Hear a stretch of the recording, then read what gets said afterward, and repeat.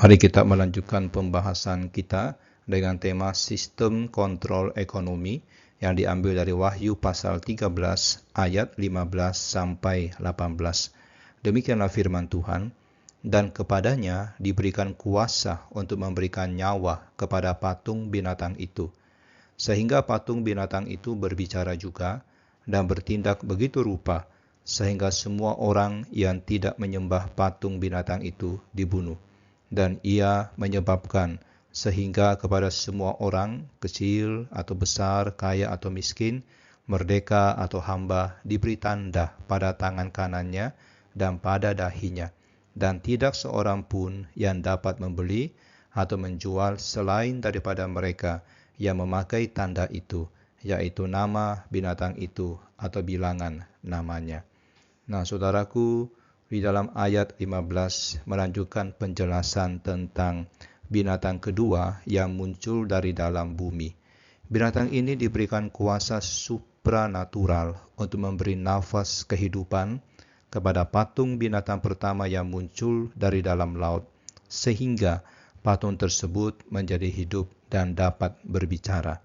Tindakan memberi nafas kehidupan ini jelas merupakan parodi atau peniruan yang menyimpang dari tindakan Allah sendiri ketika Allah menghembuskan nafas hidup ke hidup manusia pertama, yaitu Adam di Taman Eden. Nah, hal ini menunjukkan sifat sejati dari binatang kedua sebagai nabi palsu yang berusaha menyerupai atau bahkan menggantikan peran Roh Kudus dalam memberikan kehidupan. Sama seperti Roh Kudus berperan dalam penciptaan manusia dan kelahiran kembali orang percaya, binatang kedua ini juga memberikan semacam kehidupan kepada patung binatang pertama. Namun tentu saja kehidupan yang diberikannya ini adalah kehidupan yang palsu dan menyesatkan, sebab sumbernya bukanlah Allah yang benar, melainkan iblis sang pendusta. Saudara, kemampuan binatang kedua untuk menghidupkan patung sehingga patung itu bisa berbicara dan memerintahkan pembunuhan bagi yang menolak penyembahannya atau yang menolak menyembahnya, menggambarkan pemaksaan iman yang brutal.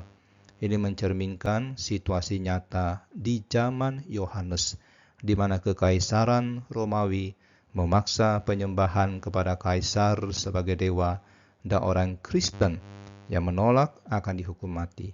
Di dalam budaya Yunani Romawi atau Greece Romawi ada banyak cerita tentang patung dewa yang bisa berbicara melalui sihir atau ventriloquisme.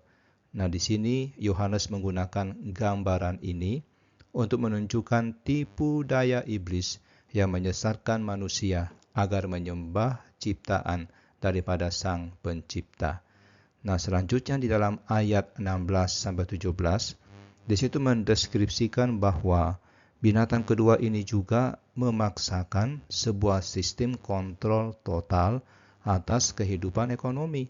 Semua orang tanpa memandang kelas sosial ataupun status ekonomi dipaksa untuk menerima tanda pada tangan kanan atau dahi mereka.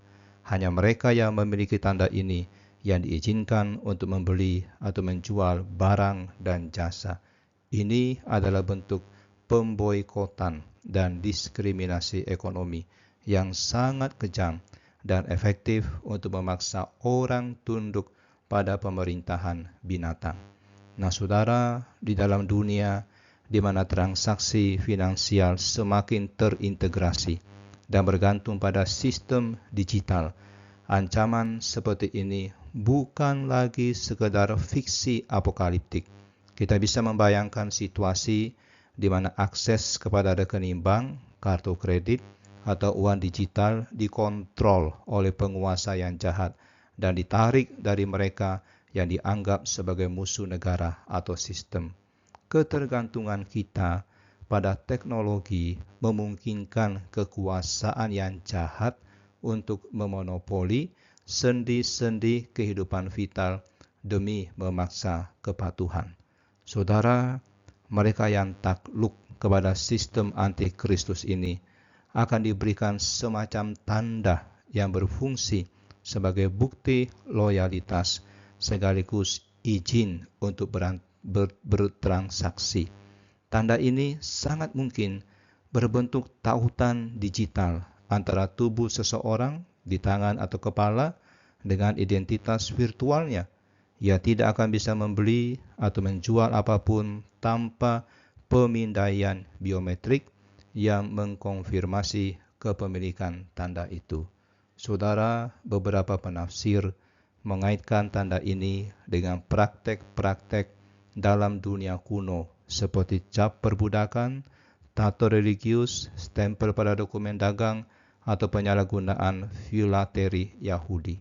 Namun, apapun bentuk pastinya, tanda ini melambangkan ketundukan pada otoritas anti-Kristus. Ia menandai seseorang sebagai milik dari binatang dan sistem yang diwakilinya. Orang yang menerima tanda ini berarti telah menjual jiwa dan menyangkal imannya demi bertahan hidup secara fisik. Ia lebih memilih keamanan dan kenyamanan duniawi daripada kesetiaan kepada Kristus. Nah, bagi orang percaya, tanda binatang ini menjadi ujian iman yang krusial. Di tengah penganiayaan dan kesulitan ekonomi yang dahsyat, tetaplah setia kepada Kristus. Dan ini memang menuntut harga yang sangat besar, bahkan nyawa, tapi kita harus tetap setia. Akan lebih mudah untuk mengikuti arus dan menyembah binatang demi memperoleh makanan dan kebutuhan hidup. Tapi mereka yang mengasihi Tuhan lebih daripada nyawa mereka akan memilih untuk tetap setia sampai mati. Ini adalah pilihan yang menentukan antara menerima materai Allah atau cap antikristus, antara masuk surga atau binasa di dalam lautan api. Mari kita berdoa. Ya Tuhan yang Maha Pengasih, berikanlah kami hikmat dan keberanian untuk mengenali dan menolak tipu daya yang menyesatkan. Lindungilah kami dari pemaksaan iman yang kejam dan brutal. Teguhkanlah iman kami agar tetap setia kepadamu di tengah penganiayaan dan kesulitan. Dan jadikanlah kami peka terhadap suaramu dan kuat dalam menjalani kebenaran. Di dalam nama Tuhan Yesus. Amin.